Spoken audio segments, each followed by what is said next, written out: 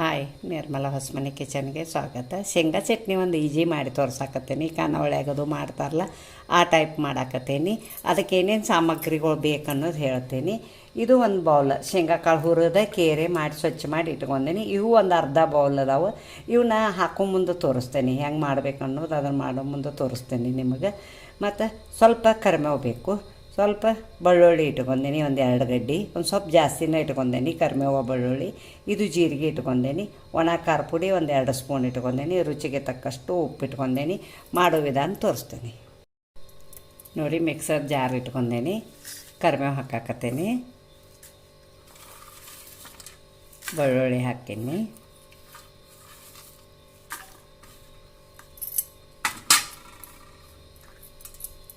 ಜೀರಿಗೆ ಒಂದು ಅರ್ಧ ಸ್ಪೂನ್ ಹಾಕತ್ತೇನೆ. ಎಣ್ಣೆದು ಏನೂ ಹಾಕಂಗಿಲ್ಲ, ಮಾಡಿ ತೋರಿಸ್ತೇನೆ ನಿಮಗೆ.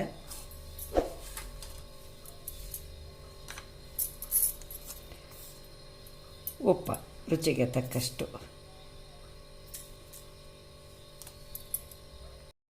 ನೋಡಿ, ಇದಕ್ಕೆ ಕರಿಬೇವು, ಬೆಳ್ಳುಳ್ಳಿ, ಜೀರಿಗೆ, ಉಪ್ಪು ಪೇಸ್ಟ್ ಮಾಡಿ ಇಟ್ಕೊಂಡೇನಿ. ಈಗ ಇವನ್ನ ಹುರಿದು ಶೇಂಗಾ ಕಾಳು ಹಾಕ್ತೇನೆ.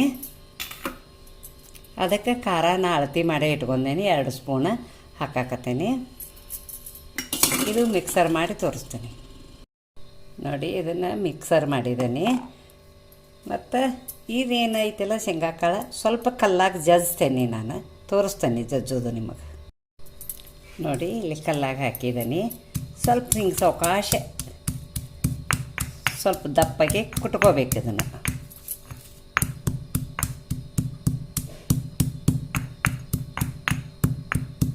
ನೋಡಿ, ಮಿಕ್ಸರ್ದಾಗ ಹಾಕಿರ ಸಣ್ಣ ಆಗ್ತದಲ್ಲ, ಅದಕ್ಕೆ ಹಿಂಗೆ ಕಲ್ಲಾಗ ಜಜ್ಜಬೇಕು, ದಪ್ಪ ಆಕ್ಕತಿ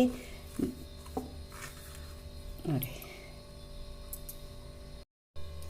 ನೋಡಿ, ಇದನ್ನೇನು ಮಿಕ್ಸರ್ ಮಾಡಿದನಲ್ಲ, ಮಿಕ್ಸರ್ ಮಾಡಿದ್ರೆ ಇದು ಕಲ್ಲೀಲಿ ಏನು ಜಜ್ಜೆ ಅನ್ನಲ್ಲ, ಅದನ್ನು ಇದ್ರಾಗ ಕುಡಿಸ್ತೇನೆ.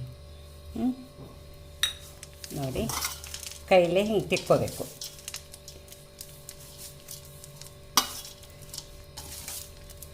ಎಣ್ಣೆ ಹಾಕಿದ್ರೆ ಭಾಳ ದಿವಸ ತಡೆಯಂಗಿಲ್ಲ, ಅದಕ್ಕೆ ನಾ ಎಣ್ಣೆ ಹಾಕಂಗಿಲ್ಲ. ಹಿಂಗೆ ಮಾಡ್ತೀನಿ ನಾನು. ನೋಡಿ, ನೀವು ಖಾನಾವಳಿಯಾಗ ಮಾಡ್ತಾರಲ್ಲ ಸೇಮ್ ಹಂಗೆ ಆಗ್ತತಿ. ಮೊಸರು, ಚಟ್ನಿ, ರೊಟ್ಟಿ ಜೊತೆ, ಚಪಾತಿ ಜೊತೆ ತಿಂದ್ರೆ ಅಷ್ಟು ರುಚಿ ಆಗ್ತತಿ.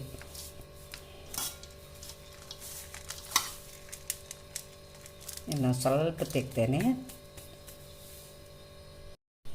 ನೋಡಿ. ಈಜಿ ಶೇಂಗಾ ಚಟ್ನಿ ರೆಡಿ ಆಯ್ತು.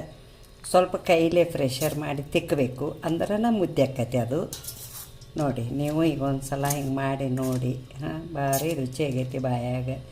ನೋಡಿನಿ ನಾನು ಸ್ವಲ್ಪ ಟೇಸ್ಟ್ ಮಾಡಿ. ಈ ಶೇಂಗಾ ಚಟ್ನಿಗೆ ಒಂದು ಲೈಕ್ ಕೊಡಿ, ಶೇರ್ ಮಾಡಿ, ಕಮೆಂಟ್ ಕೊಡಿ, ಸಬ್ಸ್ಕ್ರೈಬರ್ ಮಾಡಿ, ಪಕ್ಕದಲ್ಲಿ ಬೆಲ್ ಐಕಾನ್ ಮಾಡಿ. Thank you.